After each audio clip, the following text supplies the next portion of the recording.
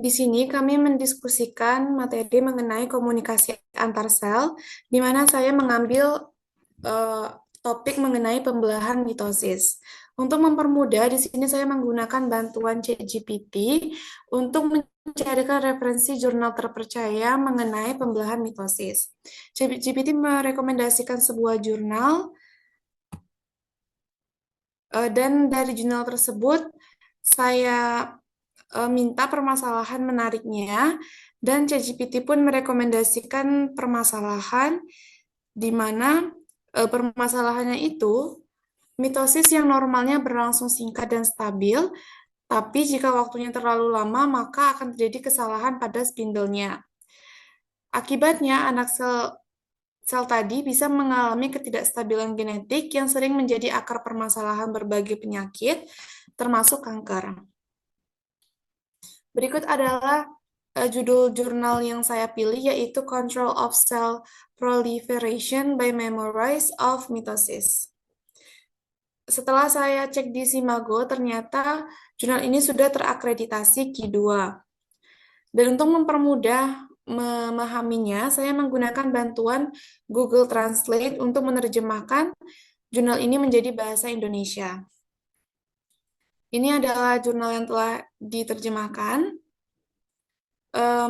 Jadi, normalnya mitosis itu akan berlangsung secara cepat dan teratur. Kalau terlalu lama, akan menjadi tanda masalah.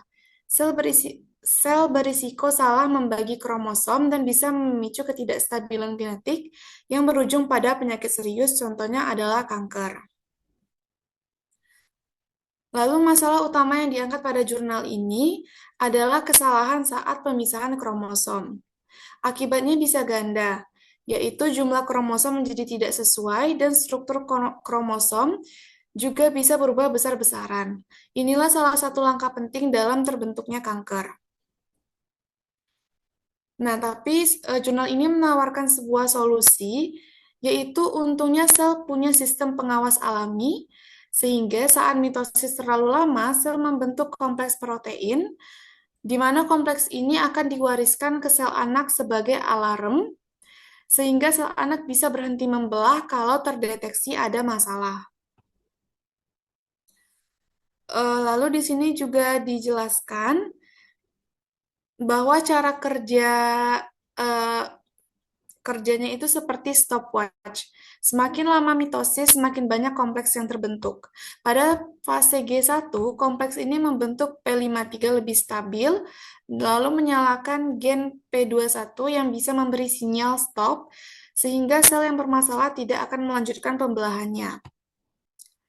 Jadi bisa disimpulkan bahwa stopwatch kompleks ini bekerja secara filter berkualitas. Ia bisa mendeteksi kalau mitosis berjalan tidak normal, lalu menghentikan sel-sel yang bermasalah.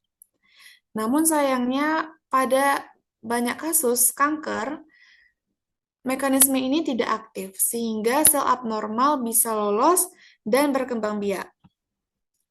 Untuk perbandingannya, saya mencari lagi referensi jurnal menggunakan ChatGPT. Lalu ChatGPT merekomendasikan satu jurnal menarik yang selanjutnya saya terjemahkan ke dalam bahasa Indonesia. Jadi jurnal ini berjudul menargetkan titik pemeriksaan mitosis dan merupakan strategi terapi potensial untuk mieloma.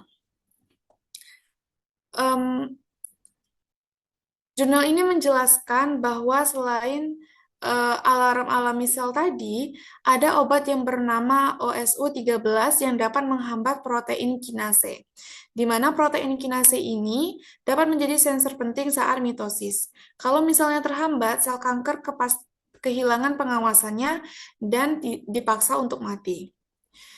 Dan dalam percobaannya telah dilakukan pada uji tikus dan OSU13 ini berhasil menekan pertumbuhan tumor secara nyata tanpa efek samping yang berat.